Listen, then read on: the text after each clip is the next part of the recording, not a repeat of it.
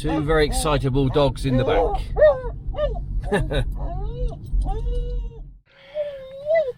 Okay, this is where I make my 15-second YouTube shorts. A couple of very, very excitable doggies in there. So we're going to somehow start filming, and then I need another hand so I can open the actual boot of the car. Right, Mad Dogs Part 13.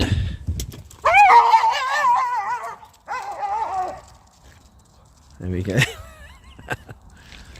Go on then, show me some more mad dogging. Mad dogging, go on. Right. Okay, right, hello once again. YouTube. Merry Christmas. It is Christmas Day. Christmas Day morning anyway. It's about 9:30 in the morning. Just going out for a bit of a Christmas walk with the doggies. They've got their little Christmas suits on. I think he's a Christmas pudding, I think. I'm not sure. Can't quite make that out. And he's got something on as well, so they're all done up to the nines with a little bit of Christmas gear. I did think about putting some hats on them, but I don't think they would stay on very long. Anyway, I'm suffering with plantar fasciitis at the moment. It's a bit of a complaint in my right foot. It's kind of where there's a tendon going from your calf muscle, basically right past your heel into your big toe, and that gets a little bit inflamed, and that's what's happened. I'm not sure what's caused it, but anyway, there we go. Okay, so I'm sporting a new hat, Christmas present from my wife. Thank you for that. It fits really nice, actually. Well, it feels okay anyway. Yeah, so I thought I'd just bring out my camera and make a bit of a video. I've not been doing a huge amount in the way of longer videos on my channel for the past week or so. I like to try and make at least 1 or 2 per week, but I've been using the shorts mainly just because they tell a bit of a story in themselves if you make enough of them. Plus they are a lot easier to make. Absolutely no editing on the camera held ones anyway. Your phone held, you just basically point it, set it up for 15 seconds, and then you just kind of film away, then it just uploads it automatically pretty much. So yeah, there's been a few developments, let's say, over the past few weeks. Kind of cut to the chase really. Worst case scenario, it's looking like I'm probably going to lose my job and lose my business, unfortunately.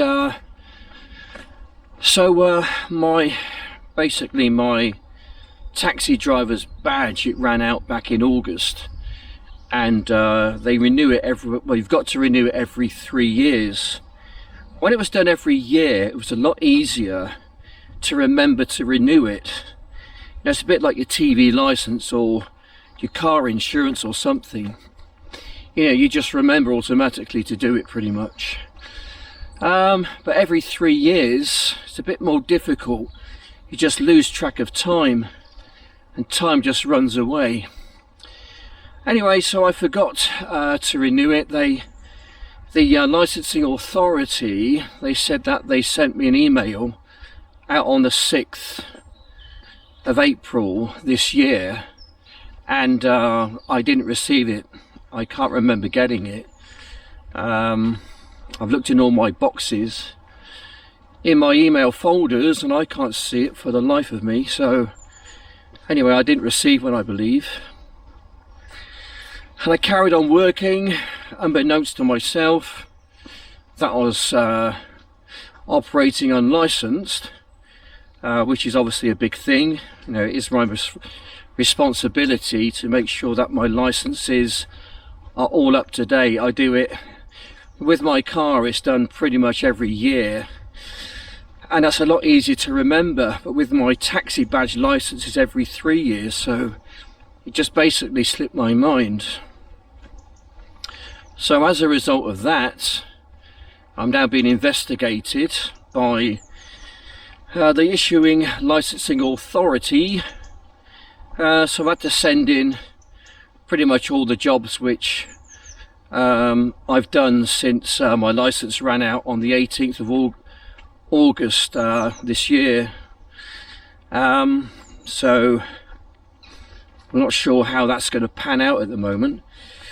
I did go for a meeting last week with the licensing authority, hoping to renew my license, and they said that we've got to treat you as a brand new driver. So it means I'd have to do a disability awareness course, I would have to do a driving test, a knowledge test, an English speaking test, and all these things cost money, you know, £100 each or something or whatever. And then they turned around and they said, because there's probably going to be some kind of court action against me, and if that doesn't go my way, they wouldn't issue me a license. So I could pay for all my licenses or all my tests and take them over a series of months. The tree down there, by the look of it, had some high winds past few days, has probably brought a few more trees down. Anyway, yeah, so I could pay for all these licenses and these tests and things, and then they get a court decision against me. They said they wouldn't license me, so I withdrew my application to become a taxi driver with that particular licensing authority. And then I went to Swindon, where I live, and I'm trying with them to get my license with them. So I sent them an email last week, and they normally reply within 15 or 20 minutes if you've got a question. I simply said to them, put them in the picture, now this is the issue which I'm having. I told them that I did some work whilst unlicensed and it might go to court. And I said to them, what's the chances of me getting my taxi license? And they didn't come back to me.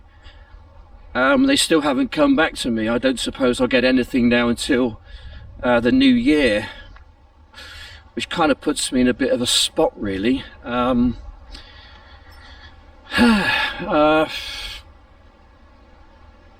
Tough for me because I like to work.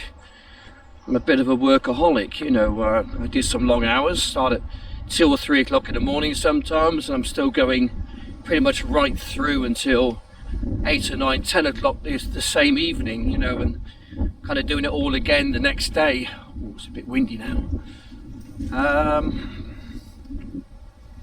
So it's tough, you know, it's tough for, consider myself a bit of a workaholic actually. I'm trying to get out of the wind here, you know. And like anything else, if you're addicted to something, which I am, work, because it's my own business, it's taken me about 20 years to build up what I've got, and I think it's all going to be taken away. So being self-employed, you got to work hard, you got to graft, and that's what I've been doing for the past 20 years. And then to suddenly stop, you know, it's like if you were to take alcohol away from an alcoholic or drugs away from a druggie, you know, there's going to be a bit of a bad reaction, and I feel as if that's what I'm kind of going through now, some kind of, you know, withdrawal symptoms or something. So I'm finding life a little bit trying at the moment. You know, it's nice this time of year because it's festive, and you know, your inner self is somewhat, you know, lifted and heightened. But I think come the new year, I think that's when I think I'm going to find life a bit tough, you know, realizing that that I've got no job, I've got no business, being 59 years of age, with no qualifications, with not a lot in the way of experience in any other kind of job, because I've been doing taxi driving really since I was about 24, 25. I think the only jobs I'm gonna get are gonna be warehouse work, probably minimum wage, and it's gonna be tough, I think. Anyway, I'm not supposed to be down here because I've just gone through a bit of a barrier over there. What they're doing here, I just tell you, they are going to drain some of the lake. They've got a pump which is over there pumping the water out, and there it goes. And the reason why they're doing that is because apparently this is kind of slipping into the lake. So I think what they want to do is to lower the level of the lake, which is what they're doing now by the look of it. And then they're going to do some work on this dam wall, let's say. But all it needs really is a couple of big downpours, because I think this generator, this pump, has been going probably 24/7 now for the best part of probably 2 weeks. And what happens is that it rains and then the lake fills up and then they're back to square one again. So here we go. Anyway, that's just kind of it really. I think I've filled you in. I think I'm up to date. What's been going on lately. Sorry this is not one of my kind of like well edited videos. You know, I just wanted to give you an idea what was going on really. Oh, we've got a load of diesel down here. Perhaps I shouldn't show that really, in case.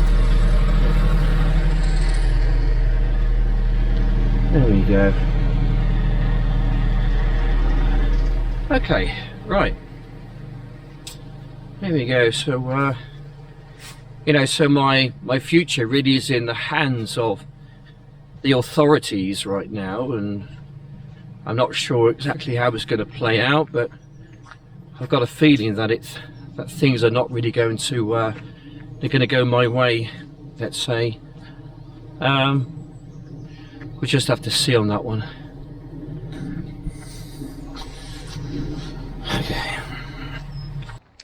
Okay, so there's only one person to blame really for my situation, and that is myself, obviously. You know, it's times like this when I really wish I could somehow go back to the drawing board again, go back to school and try a little bit harder perhaps, or well, perhaps play less golf I suppose, and try harder in my studies, you know. That's because that's what I wanted to be, was a professional golfer in my younger years. I was so dead set on being a professional golfer that, and it was like sod homework, I'm just going to play golf and, you know, go for broke. And things obviously didn't work out for me for one reason or another, you know. And then you kind of go through life hoping that some door opens, you know, a door into a career perhaps, or some kind of a job, a well-paid job, you know, something with prospects. And that just really didn't happen for me either, you know. So yeah, I feel in myself that I'm still quite young in a way. Well, I sometimes don't see that in the mirror in the mornings, but you know, I feel as if I still have something to offer. I still feel healthy and well, and I've had a few little issues, you know, bumps along the way, let's say. But I feel as if I can still put a shift in, you know, and I'm at the point really where I still don't know what I want to do with myself regarding work, you know. And you know, just when I want to accelerate and push on and do something different, something exciting perhaps, a new career angle, you're thinking to yourself, well, your next birthday is 59, it ain't gonna happen. You've missed it. You've missed the boat. It's gone, you know. Forget about it. So what do I do? What do I do? Options are very limited, you know. Speaking as a man who is going to lose his business, my options are very limited. I think what's open to me now basically is warehouse work, and that's boring, mundane, and doesn't pay very well. I think I'm just gonna have to look around. I think I'm kind of preparing for the worst, but hoping for the best. But I fear the way legislation is, I think it's going to go against me. You know, for a mistake which I made, I owned up to it. I didn't try and hide anything. And I think I'm going to feel the full weight of the law on this one, which is probably going to be a guilty verdict. It's probably going to be some kind of a fine, perhaps up to about £1,000 or £2,000, and some kind of a suspension. And if that kicks in, then the licensing authorities will not look very favourable on that one. So I think I probably worked my last shift, I think, on the taxis. Yeah, it's a strange situation. One would imagine that this, you know, looking back, this.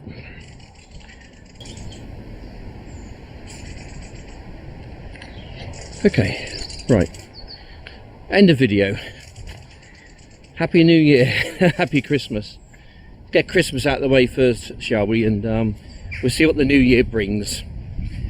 But I feel as if I'm going to get some kind of a letter through the post to invite me to court, to give my explanations to what happened. And if that happens, then I've just got to eat a lot of humble pie. I think the courts like humble pie, don't they? Eat some humble pie, and then fingers crossed it might go in my favour. But I feel as if I have to prepare for the worst, and that would be get some kind of a job in place, I think, because I'm far too young to retire.